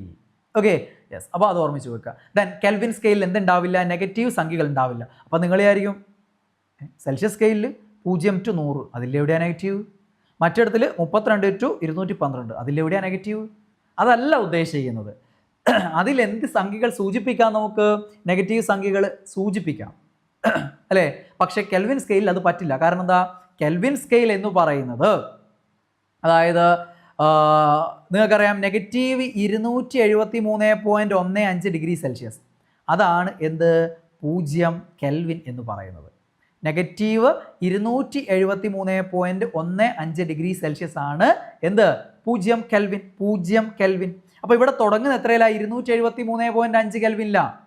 അപ്പോൾ ഇതിൻ്റെ കൂടെ 273.5 അല്ലേ? അപ്പോൾ കെൽവിൻ സ്കെയിൽ എന്ന് പറയുന്നത് ഏറ്റവും അല്ലേ 0 കെൽവിൻ എന്ന് പറഞ്ഞാൽ നെഗറ്റീവ് 273. അപ്പോൾ അതിൻ്റെ താഴോട്ടേക്ക് പോകേണ്ട ആവശ്യം വരുന്നേ ഇല്ല.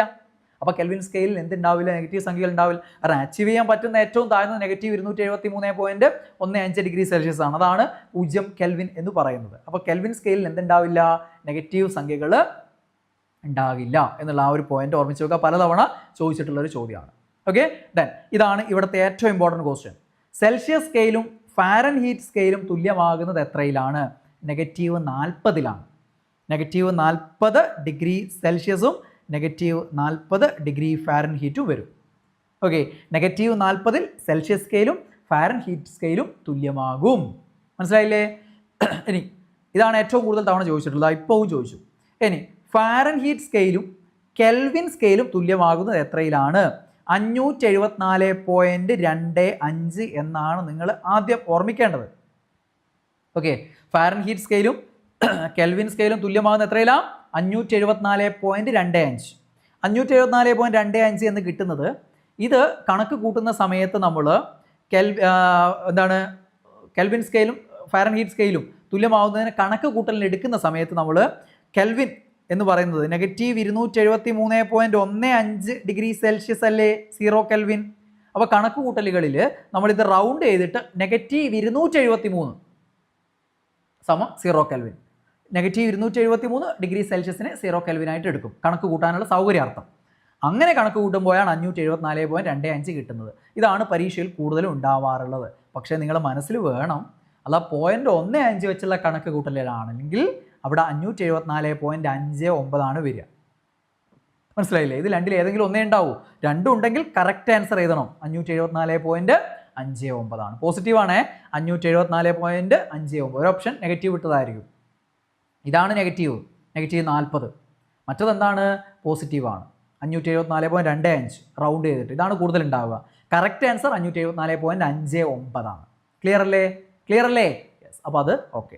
ഇനി സെൽഷ്യസ് സ്കെയിലും കെൽവിൻ സ്കെയിലും എന്ത് ചെയ്യില്ല, ഒരിക്കലും തുല്യമാവില്ല. ഞാൻ നേരത്തെ പറഞ്ഞ -273.15 ഡിഗ്രി സെൽഷ്യസ് ആണ് 0 കെൽവിൻ. ആ 0 കെൽവിന് മുകളിലോട്ടേ കെൽവിൻ സ്കെയിലുള്ളൂ.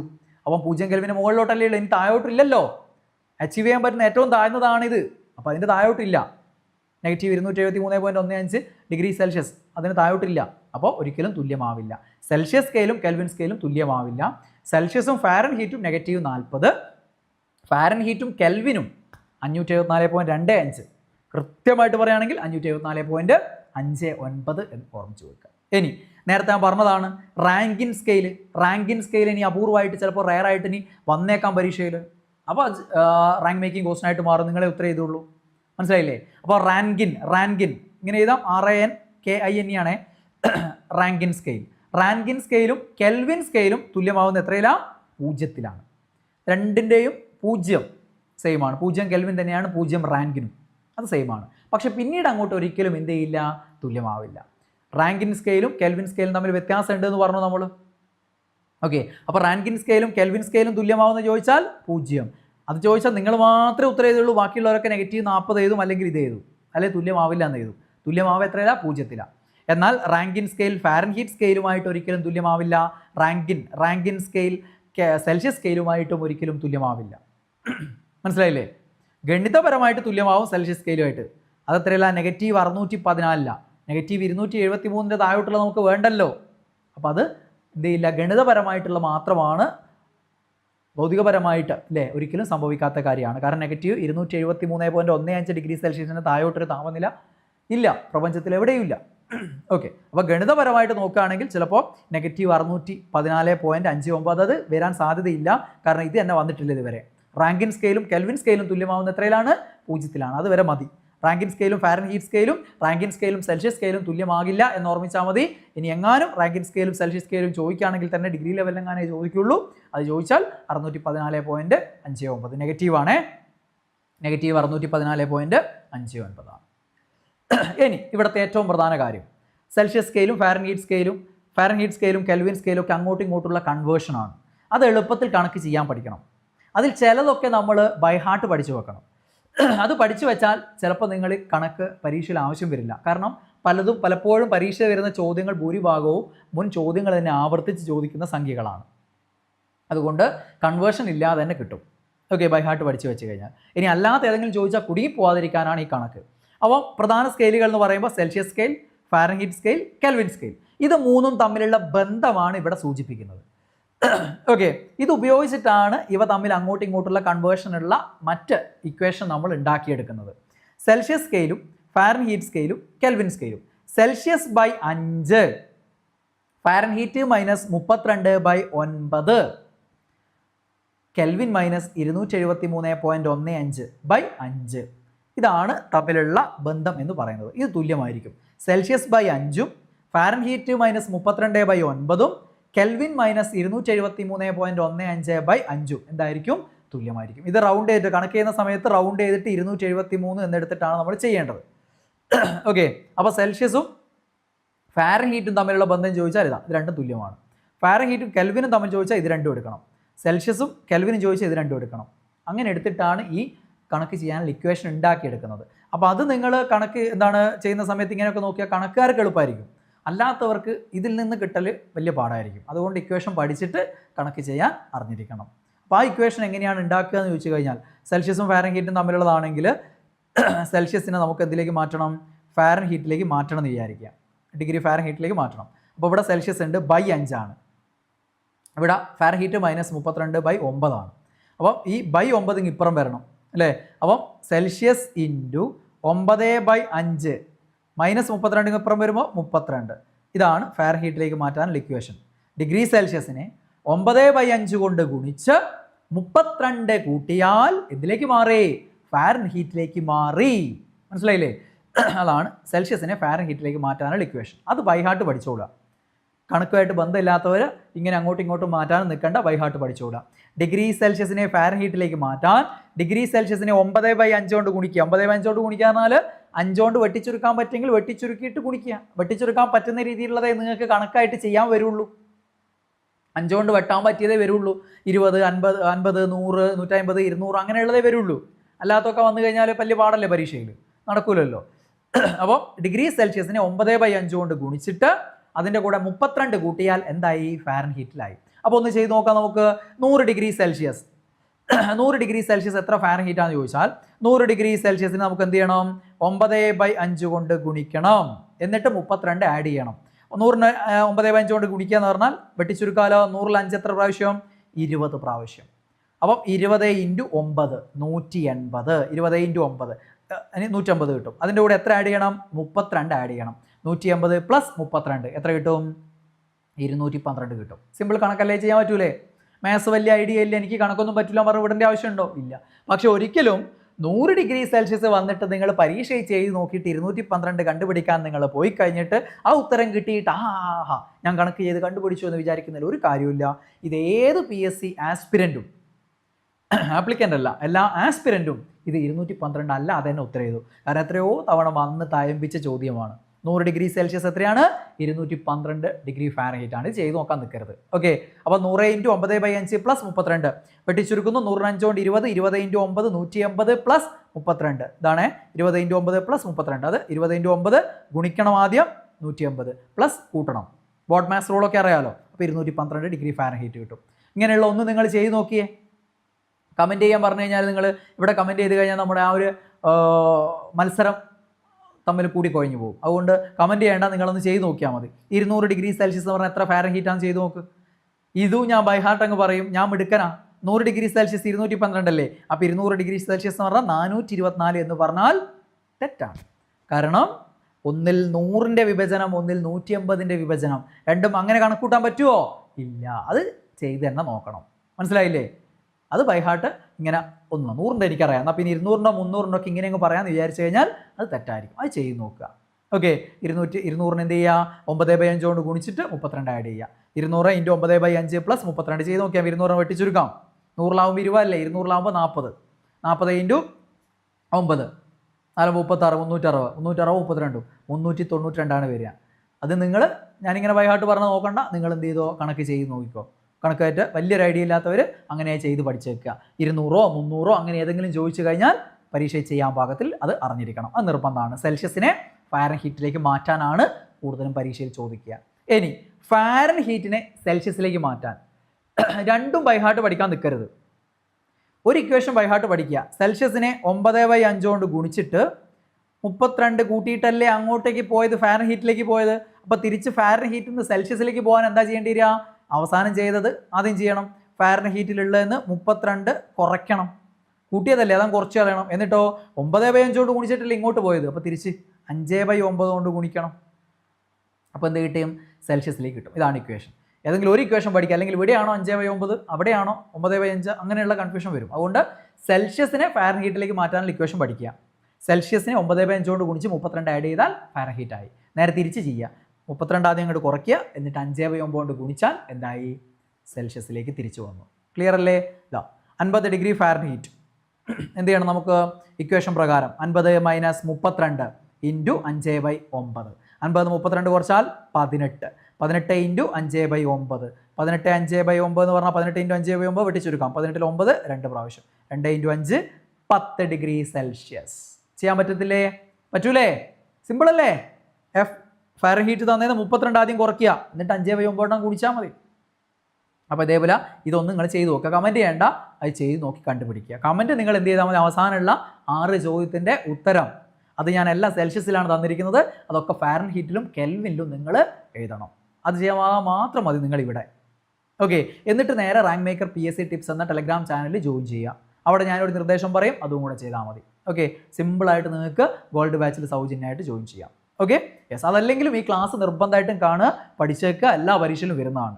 Okay, yes. അപ്പോൾ ഇതൊന്ന് കണ്ടുപിടിച്ചോട്ടോ 140ൻ്റെ. യെസ്.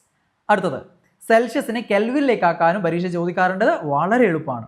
കാരണം -273.15 ഡിഗ്രി സെൽഷ്യസ് ആണ് 0 കെൽവിൻ അല്ലേ? അതായത് ഇതിൻ്റെ കൂടെ എന്ത് ചെയ്താലാണോ 0 ആവുക? -273ൻ്റെ കൂടെ +273 കൂട്ടിയാൽ പോരെ അല്ലേ? പോയിന്റ് സംഖ്യ എടുക്കുകയാണെങ്കിൽ 0.15 എടുക്കുക, അത് കൂട്ടിയാൽ മതി.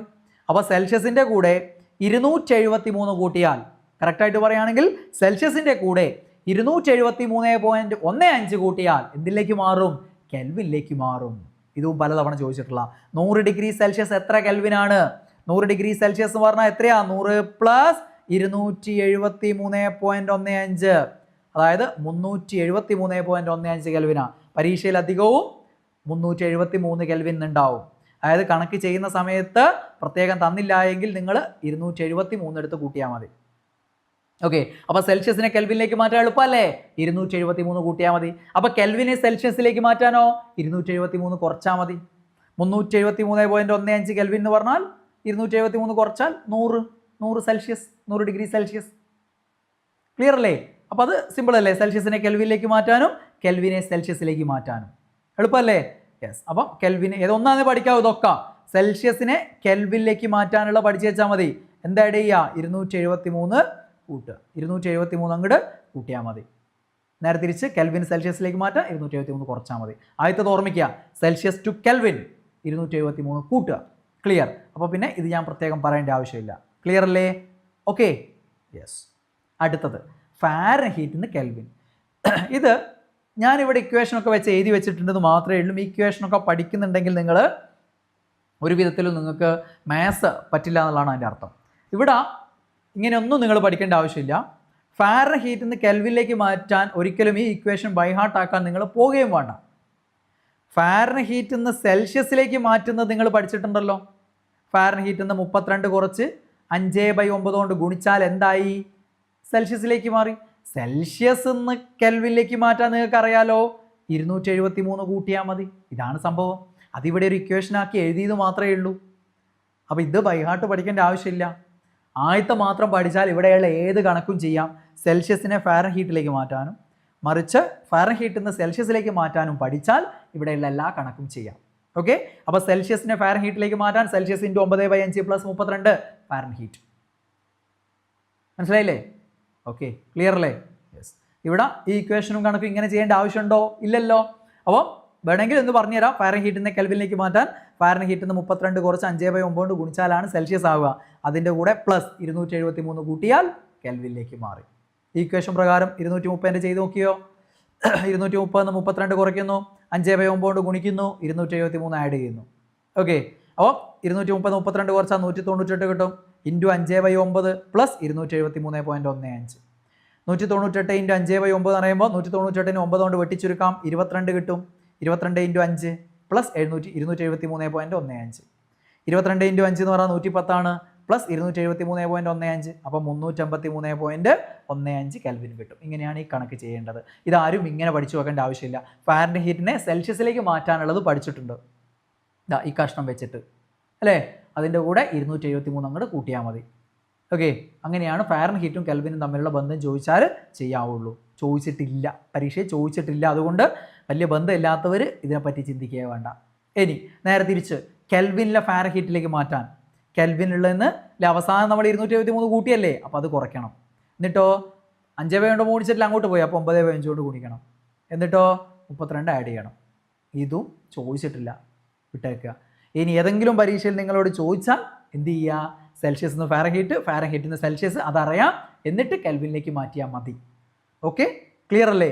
അതാണ് ഇവിടെ ഏറ്റവും നല്ല രീതി എന്ന് പറയുന്നത്. അല്ലാതെ ഈ ഇക്വേഷനുകളൊക്കെ ഇങ്ങനെ ബൈഹാർട്ട് പഠിച്ച് വെച്ച് കഴിഞ്ഞാൽ വേണ്ടത് പോലും ഇല്ലാതായി പോകും. മനസ്സിലായല്ലോ? Okay, clear. ഇനി ഇതാണ് നിങ്ങൾക്കുള്ള ചോദ്യങ്ങൾ. ഇതിൽ PSCയിൽ വരുന്ന സ്ഥിരം ചോദ്യങ്ങളാണ്. ഇത് ഞാൻ ആദ്യം പറഞ്ഞ് പഠിപ്പിച്ചു തരാം. അതിനുശേഷം ഇതിൽ ആദ്യത്തെ 6 എണ്ണം ഇവിടെ ഞാൻ ഡിഗ്രി സെൽഷ്യസിൽ കൊടുത്തത് നിങ്ങൾ ഡിഗ്രി ഫാരൻഹീറ്റിലും എന്തിലും കെൽവിനിലും എഴുതണം. 1 അതിന് നേരെ ഫാരൻഹീറ്റ്, കെൽവിൻ, അങ്ങനെ തന്നെ ഇടുക. ഇത്ര ഫാരൻഹീറ്റ്, ഇത്ര കെൽവിൻ. 2 ഇത്ര ഫാരൻഹീറ്റ്, ഇത്ര കെൽവിൻ. അങ്ങനെ 6 എണ്ണത്തിൻ്റെ എഴുതി കമൻറ്റ് ചെയ്യണം. ഓക്കെ, അതിൽ നിന്ന് കമൻറ്റ് പിക്കർ ഉപയോഗിച്ചിട്ട് നമ്മൾ തിരഞ്ഞെടുക്കും. ഓക്കെ, അപ്പം ജലത്തിൻ്റെ ഗരാങ്കം, അതായത് ജലത്തിൻ്റെ ഫ്രീസിങ് പോയിന്റ്, ജലം ഐസായി മാറുന്ന താപനില, അല്ലെങ്കിൽ അതേ താപനിലയിൽ തന്നെയാണ് ഐസ് എന്ത് ചെയ്യുക? ജലമായി മാറുക. ഐസിൻ്റെ ദ്രവണാങ്കം. അപ്പോൾ എല്ലാത്തിൻ്റെയും ഗരാങ്കവും ദ്രവണാങ്കവും സെയിം ആയിരിക്കട്ടെ. ഏത് പദാർത്ഥം ചോദിച്ചാലും അതിൻ്റെ ഗരാങ്കവും ദ്രവണാങ്കവും സെയിം ആയിരിക്കും. ഫ്രീസിങ് പോയിന്റും മെൽറ്റിംഗ് പോയിന്റും എന്തായിരിക്കും? സെയിം ആയിരിക്കും. അപ്പോൾ ജലത്തിൻ്റെ ഖരാങ്കവും ഐസിൻ്റെ ദ്രവണാങ്കവും ഏതൊരു പദാർത്ഥത്തിൻ്റെ ചോദിക്കുമ്പോൾ അതിൻ്റെ അവസ്ഥയിൽ അനുസരിച്ച് പേര് മാറ്റം ഉണ്ടാവും. ഇപ്പം ദ്രാവകാവസ്ഥയായതുകൊണ്ട് ജലം അല്ലേ, വാതകമാണെങ്കിൽ എന്താണ് എന്താണ് ഖരാങ്കം ദ്രവണാങ്കം അല്ലേ. അപ്പോൾ ജലത്തിൻ്റെ കാര്യമാകുമ്പോൾ ഖരാങ്കം, ജലം ഐസായി മാറുന്നത്. ദെൻ നേരെ തിരിച്ച് ഐസ് ജലമായി മാറുന്നത് അത് എന്താണ്, ദ്രവണാങ്കം. ഓക്കെ, അപ്പോൾ എത്രയാണ്, 0 ഡിഗ്രി സെൽഷ്യസ് ആണ്, ഓർത്ത് വെക്കുക. അപ്പോൾ അത് നിങ്ങൾ എന്ത് ചെയ്യണം, ഫാരൻഹീറ്റും കെൽവിനും അങ്ങനെ എല്ലാം കൂടി ഒറ്റ കമൻ്റ് ആയിട്ട് ഇടണേ, എന്നാലേ കാര്യമുള്ളൂ. നിങ്ങളുടെ പേര് ടൈപ്പ് ചെയ്യുക, എന്നിട്ട് ഒറ്റ കമൻ്റ് ആയിട്ട് ഇടുക. ഓക്കെ, അപ്പോൾ അതേപോലെ ജലത്തിൻ്റെ തിളനില എല്ലാവർക്കും അറിയാം 100 ഡിഗ്രി സെൽഷ്യസ്. ഇത്ര തവണ നമ്മൾ പറഞ്ഞു. മനുഷ്യ ശരീരത്തിൻ്റെ സാധാരണ താപനില 37 ഡിഗ്രി സെൽഷ്യസ്. 36.9 റൗണ്ട് ചെയ്ത് 37 വെച്ചിട്ടുള്ള എഴുതിയാൽ മതി നിങ്ങൾ. കേവല പൂജ്യം എന്ന് പറഞ്ഞാൽ -273.15 ഡിഗ്രി സെൽഷ്യസ് ആണ്. ഇത് വളരെ പ്രധാനപ്പെട്ട ചോദ്യം. ഇതെല്ലാം ചോദ്യങ്ങൾ ഇമ്പോർട്ടൻ്റ് ആണ്, പലതവണ പരീക്ഷയിൽ വന്നതാണ്. ജലത്തിൻ്റെ വ്യാപ്തം ഏറ്റവും കൂടുതലും സാന്ദ്രത ഏറ്റവും കുറവും എത്രയിലാണെന്ന് ചോദിച്ചു കഴിഞ്ഞാൽ എത്രയിലാണ്, 0 ഡിഗ്രി സെൽഷ്യസിലാണ്. നേരെ തിരിച്ച് ജലത്തിൻ്റെ വ്യാപ്തം ഏറ്റവും കുറവും ജലത്തിൻ്റെ സാന്ദ്രത ഏറ്റവും കൂടുതലും എത്രയിലാണെന്ന് ചോദിച്ചു കഴിഞ്ഞാൽ 4 ഡിഗ്രി സെൽഷ്യസിലുമാണ്. ആ വ്യത്യാസം മനസ്സിലായി. 4 ചോദ്യമാണ് ഇത്. ചില ആളുകൾ ഒരു ചോദ്യം കണ്ടിട്ടുണ്ടാവും, ആ വൈഹാട്ട് പഠിച്ചു വെച്ചിട്ടുണ്ടാവും എവിടെന്നെങ്കിലും. ഇതിൽ 4 വന്നാൽ ഉത്തരം 1 എഴുതും. അതല്ല, ഇതിങ്ങനെ ഓർമ്മിച്ചാൽ മതി. നിങ്ങൾക്കറിയാലോ, ഒരു കുപ്പിയിൽ വെള്ളം എടുത്ത് വെക്കുന്ന സമയത്ത് നിങ്ങൾ നിറയെ തുളുമ്പുന്ന രീതിയിൽ വെക്കാൻ പാടില്ല ഫ്രിഡ്ജിൽ വെക്കുമ്പോൾ എന്ന് പറയാറുണ്ട്. കാരണം ഐസ് ആയി കഴിയുമ്പോൾ ചിലപ്പോൾ പൊട്ടിപ്പോകും, അധികം നിറയെ എടുത്തു കഴിഞ്ഞാൽ. അപ്പോൾ അതിനർത്ഥം എന്താ, ഐസ് ആകുമ്പോൾ പൊട്ടുന്നുണ്ടെങ്കിൽ വ്യാപ്തം കൂടുന്നുണ്ട് അല്ലേ. ഐസ് ആകുമ്പോൾ 0 ഡിഗ്രി സെൽഷ്യസിലല്ലേ ഐസ് ആകുന്നത്, അപ്പോൾ വ്യാപ്തം കൂടുന്നുണ്ട്. അപ്പോൾ വ്യാപ്തം ഏറ്റവും കൂടുതൽ 0 ഡിഗ്രി സെൽഷ്യസിലാണ്. അത് മതി. വ്യാപ്തം ഏറ്റവും കൂടുതലാണെങ്കിൽ സാന്ദ്രത ഏറ്റവും കുറവാണ്. സാന്ദ്രത D = മാസ് ബൈ വ്യാപ്തമാണ്, വിപരീത അനുപാതത്തിലാണ്. അപ്പം വ്യാപ്തം ഏറ്റവും കൂടുതലുള്ള സമയത്ത് സാന്ദ്രത ഏറ്റവും കുറവാണ്, അത് എത്രയല്ല, 0. നേരെ തിരിച്ച് പറഞ്ഞാൽ മതി 4. വ്യാപ്തം ഏറ്റവും കുറവും സാന്ദ്രത ഏറ്റവും കൂടുതലും 4 ഡിഗ്രി സെൽഷ്യസിലാണ്. ക്ലിയർ അല്ലേ? അപ്പോൾ ഈ 6 നിങ്ങൾ കമൻറ്റ് ചെയ്യേണ്ട, ബാക്കി കൂടെ പഠിച്ചു വെക്കണേ. മെർക്കുറിയുടെ ദ്രവണാങ്കം ഞാൻ ഓൾറെഡി പഠിപ്പിച്ചാണ്, -39 ഡിഗ്രി സെൽഷ്യസ്. ദെൻ മെർക്കുറിയുടെ തിളനില 357 ഡിഗ്രി സെൽഷ്യസ്, പഠിച്ചല്ലേ? ദെൻ ടങ്സ്റ്റണിൻ്റെ ദ്രവണാങ്കം പല പരീക്ഷയും ചോദിച്ചിട്ടുള്ളതാണ്, 3422 ഡിഗ്രി സെൽഷ്യസ്. പണ്ടൊക്കെ പരീക്ഷ ചോദിക്കുമ്പോൾ 3410 ഇതായിരുന്നു പണ്ട് സ്ഥിരം പരീക്ഷയിൽ കൊടുത്തിരുന്നത് PSC. ഓക്കെ, ഇപ്പം കറക്റ്റ് തന്നെ പഠിച്ചു വെക്കുക. 3422 ഏകദേശം ടങ്സ്റ്റണിൻ്റെ ദ്രവണാങ്കമായിട്ട് നിജപ്പെടുത്തിയിരിക്കുന്നത്. 3422 ഡിഗ്രി സെൽഷ്യസ് ടങ്സ്റ്റണിൻ്റെ ദ്രവണാങ്കം ഏറ്റവും കൂടിയ ലോഹമാണ് ടങ്സ്റ്റൺ. അതുകൊണ്ട് 3422 അത് ചോദിക്കാറുണ്ട്. രക്തബാങ്കുകളിൽ രക്തം സൂക്ഷിക്കുന്നത് 2 ഡിഗ്രി സെൽഷ്യസ് മുതൽ 6 ഡിഗ്രി സെൽഷ്യസ് വരെയാണ്. PSC ചോദിക്കുമ്പോൾ അതിൻ്റെ ആവറേജ് ആയിട്ടുള്ള 4 ഡിഗ്രി സെൽഷ്യസ് ആണ് പൊതുവെ കൊടുക്കാറുള്ളത്. രക്തബാങ്കുകളിൽ രക്തം സൂക്ഷിക്കുന്ന താപനില പൊതുവെ 4 ഡിഗ്രി സെൽഷ്യസിലാണ് പൊതുവെ സൂക്ഷിക്കുന്നത്. 2നും 6നും ഇടയിലാവാം, അത് പൊതുവെ 4 ഡിഗ്രി സെൽഷ്യസിലാണ്. ഓക്കെ, ദെൻ ജലത്തിൻ്റെ ട്രിപ്പിൾ പോയിന്റ് എത്രയാണ്? 0.01 ഡിഗ്രി സെൽഷ്യസ് ആണ്. ദ്രാവകം, വാതകം, ഖരം, ദ്രാവകം, വാതകം അല്ലേ, ഒരു പദാർത്ഥത്തിൻ്റെ ഈ 3 അവസ്ഥകളും. അപ്പം ട്രിപ്പിൾ പോയിന്റ് എന്ന് പറയുന്നത് 0.01 ഡിഗ്രി സെൽഷ്യസ് ആണ്. ഓക്കെ, 0.01 എന്ന് ഓർമ്മിക്കണേ. 0.1, 0.01, 0.001 എന്നൊക്കെ ഉണ്ടാവും, മാറിപ്പോരുത്. അപ്പോൾ ജലത്തിൻ്റെ ട്രിപ്പിൾ പോയിന്റ് 0.01 ഡിഗ്രി സെൽഷ്യസ് ആണ്. അപ്പോൾ ഇതിൽ ആദ്യത്തെ 6 താപനിലകൾ കെൽവിനും ഫാരൻഹീറ്റും കൂടി കണ്ടെത്തി നിങ്ങൾ എന്ത് ചെയ്യുക, ഒരൊറ്റ കമൻ്റായിട്ട് ഇടുക, നിങ്ങളുടെ പേരും കൊടുക്കുക.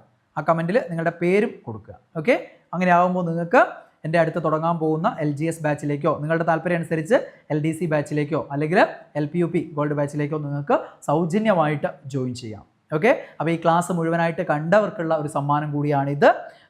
അതേപോലെ തന്നെ നമ്മുടെ റാങ്ക് മേക്കർ PSC ടെലഗ്രാം ചാനലുള്ളവർക്കാണ് ഈ ഒരു സമ്മാനം ഉണ്ടാവുക. അതിന് ആ ഒരു ചാനൽ ജോയിൻ ചെയ്യുക. ടെലഗ്രാം എടുത്തിട്ട് റാങ്ക് മേക്കർ PSC ടിപ്സ് എന്ന് സെർച്ച് ചെയ്താൽ മതി. അപ്പോൾ നിങ്ങൾക്ക് അതിൽ ജോയിൻ ചെയ്യാൻ പറ്റും. അതിൽ നിങ്ങൾക്ക് ഒരു പ്രത്യേക നിർദ്ദേശം കൂടെ പറയുന്നുണ്ട്, അതുകൂടെ മനസ്സിലാക്കുക. ഇവിടെ കമൻറ്റ് ചെയ്താൽ മതി, വേറെ ഒന്നും ചെയ്യാനില്ല. അത് ഇവിടെ കമൻറ്റ് ചെയ്യുക, അല്ലാത്തവർ ടെലഗ്രാം ചാനലിലൂടെ ജോയിൻ ചെയ്ത് വെക്കുക. ഓക്കെ, അപ്പോൾ ഇത്തരം വീഡിയോകൾ, ഇത്തരം ക്ലാസ്സുകൾ ഇനിയും നിങ്ങൾക്ക് വേണമെങ്കിൽ അതും കമൻറ്റ് ചെയ്യാം. നമുക്ക് LGSനും LDCക്കും LPUPക്കും ഉപകാരപ്പെടുന്ന രീതിയിൽ പ്രീവിയസ് വന്ന ചോദ്യങ്ങൾ എടുത്തിട്ട് ഇതേപോലെ അതിൻ്റെ അനുബന്ധ വസ്തുതകൾ വരാൻ സാധ്യതയുള്ള ഏറ്റവും പ്രധാനപ്പെട്ട സംഗതികൾ ഈ രീതിയിൽ എടുക്കുന്ന ക്ലാസ്സുകൾ, എല്ലാ വിഷയങ്ങളുടെയും ക്ലാസ്സുകൾ നമുക്ക് ഇതുപോലെ ചെയ്യാൻ പറ്റും. നിങ്ങൾ താല്പര്യമുണ്ടെങ്കിൽ ഏതൊക്കെ വിഷയങ്ങളുടെ ക്ലാസ്സുകൾ ഇതേപോലെ വേണമെന്നുള്ളത് നിങ്ങൾ കമൻറ്റ് ചെയ്തോ, നമുക്ക് അത്തരം ക്ലാസ്സുകൾ യൂട്യൂബിൽ ചെയ്തു തരാം. ഓക്കെ, അപ്പോൾ വീണ്ടും കാണാം. ബൈ.